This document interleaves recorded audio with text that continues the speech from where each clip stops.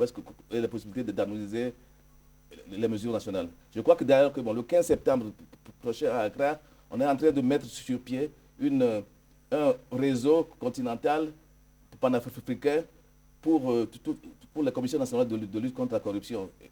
C'est une initiative qui a été engagée par la Commission elle-même, mais qui est encouragée par le Conseil consultatif, parce qu'il faut créer un cadre commun où nous discutons ensemble des problèmes communs de lutte contre la corruption.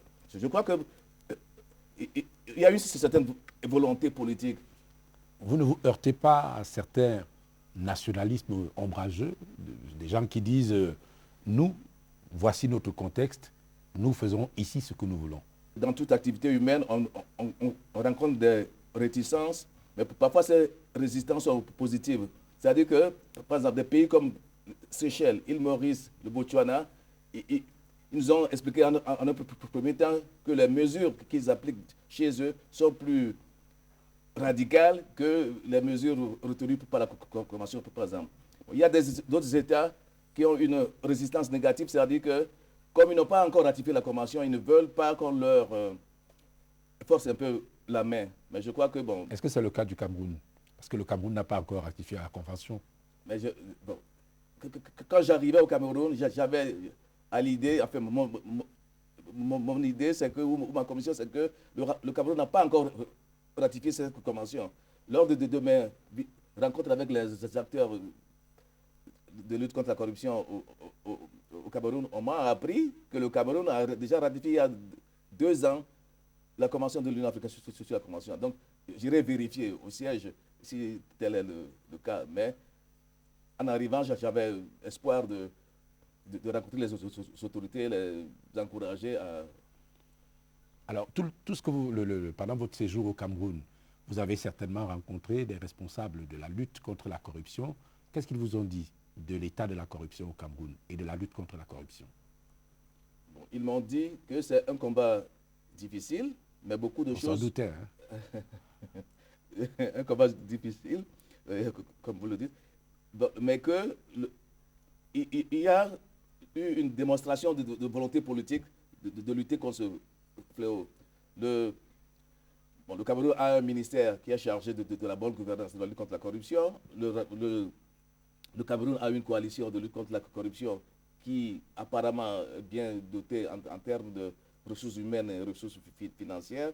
Donc, selon mes discussions avec les auteurs qui sont directement impliqués dans la lutte contre la corruption, il y a eu un certain enthousiasme. Bon, ils pensent que... Mais est-ce que les résultats sont à la mesure de cet enthousiasme? Évidemment. Certainement que, s'agissant de responsables de l'Union africaine, il y a quand même une bonne dose de langue de bois, mais est-ce qu'ils vous ont dit que ça avance?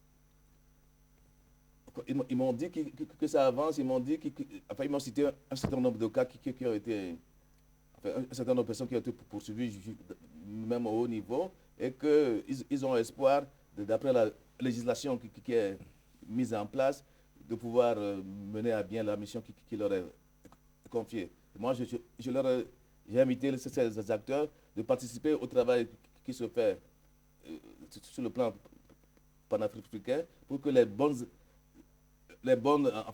exemples qu'ils estiment avoir réalisés puissent être partagés par d'autres États qui ont peut-être des difficultés à mener la lutte dans leur pays. Donc il faut que les mauvaises et les bonnes expériences se sachent et qu'on apprenne des leçons qui ont été tirées par d'autres États.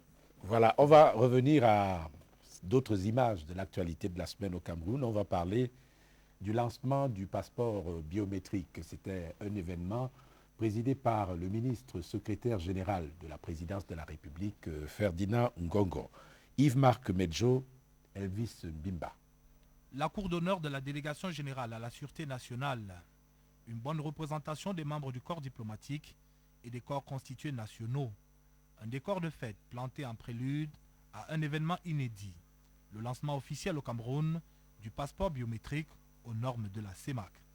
L'événement est placé sous la présidence du ministre secrétaire général de la présidence de la République, Ferdinand Ngongo, agissant sur très hautes instructions du chef de l'État. Pour le délégué général à la Sûreté nationale qui accueille l'événement, Il s'agit là d'une innovation majeure dans le secteur de la sécurité en Afrique centrale.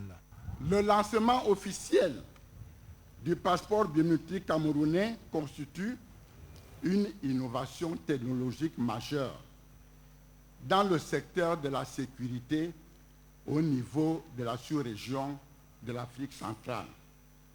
La mise en circulation de ce nouveau passeport place donc le Cameroun au niveau des spécifications techniques de la CEMAC et des normes internationales.